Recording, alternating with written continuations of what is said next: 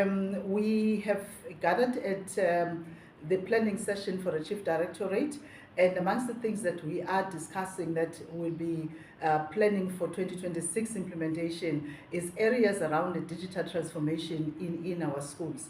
What we are trying then to do as the province is to see to it that we are moving with the times, embracing the fourth and the fifth industrial revolution. Soon we might be talking sixth, you never know. But amongst the things that is critical for us is how do we then bridge the digital divide between our rural schools and the urban schools. As the Directorate e-learning, we have tried over the past years to ensure that we bridge the digital divide by provision of digital devices. We have a package that we are deploying in schools, and this is a package that for us, we see it as a very cost-effective and a package that is user-friendly in all the contexts, in particular with our rural schools. Yes, we are now talking about Internet of Things and a lot of other things, connectivity being one. So the package and the solution that we are deploying is currently trying to address, even in cases where there might be challenges of connectivity. Yes, the broadband is one of the projects that is being done by our sister directorate, which is IT. So they've been rolling out connectivity in the schools, but you still find that in our rural setups, if you talk broadband and the issues of fiber are not necessarily there at the moment. So the solution is there to provide both online and offline access to content and also the devices that we are having. So the teachers, that what they just need, if a teacher just connects that device with the content, is a content server that we are having, and just a small device like a decoder of some sort, if you can put it like that. So concurrently it can connect about 200 learners at a given time, and then it can function because it has its own kind of intranet, and learners can just connect the devices that we have provided them, and the teacher just teaches. So we try also to address the digital divide by providing support when it comes to the teachers, the teacher capacitation.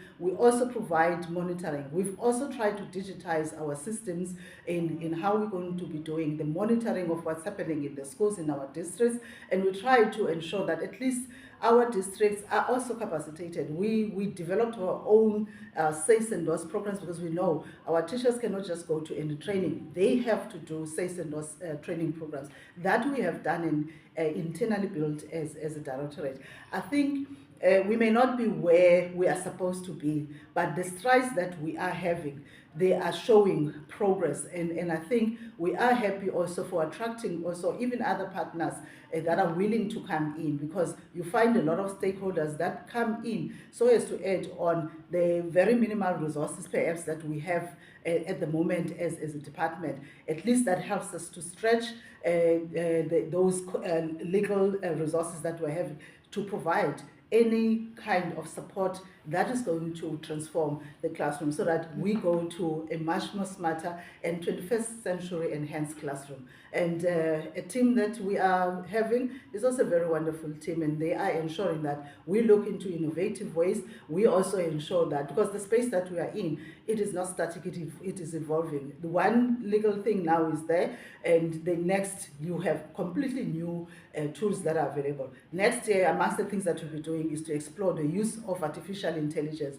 and AI. There will be a lot of trainings that we are capacitating our teachers so that, because our learners are advanced, I'm sure already they have started using your ChatGPTs more than the teachers. They've started using your Geminis and all of those different tools that are available. So we will try our best to capacitate our teachers to put them on board, because the key thing is to ensure that that is happening in a very regulated way, and we are ensuring that the digital transformation, education transformation strategy, the new one that DBE have created, is going to be implemented. And our province, I'm happy to say, we're one of the lead provinces when it comes to digital transformation, in particular with our classrooms setup and the ICT integration. We try to leave it through our teachers, through our schools, through our e-learning advisors that are supporting the process. And of course, working in collaboration with curriculum and everything else that we have tried to do as projects. Our CS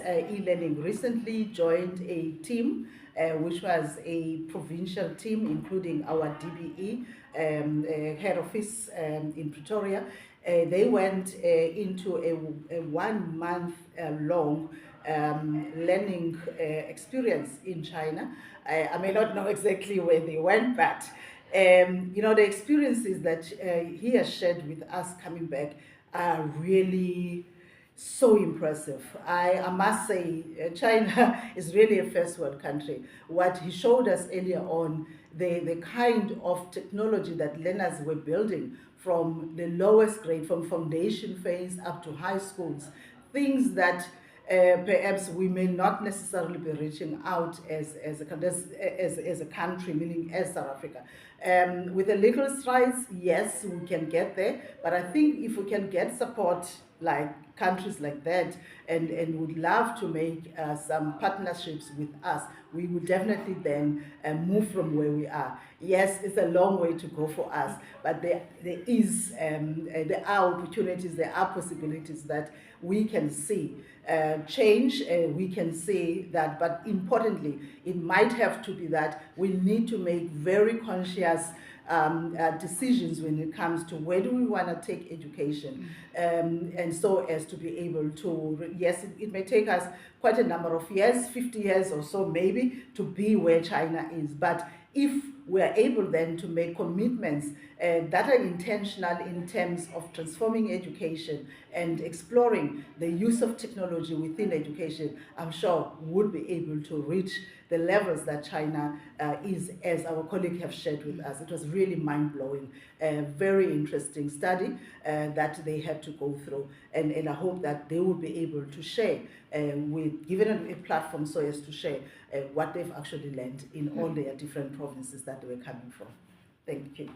The impact of digital transformation, it does have an impact in education. We may not be pointing very specific areas, but in areas where we have actually deployed, you start seeing the manner in which teachers are actually changing their pedagogy. But once the teachers start using technology, it means the teacher is having more time now to focus on the areas that needs to be put, but then translating that through use of technology. So the learners learn better with visuals, they learn better with interaction. So if there is digital content that's available, definitely is assisting the learners better understanding, and the fact that they are able to see things now. If there is no lab, the solution, for instance, that we are providing, it provides an opportunity for learners that are not having labs, but they are simulations. So the learners will be able to see experiments, science experiments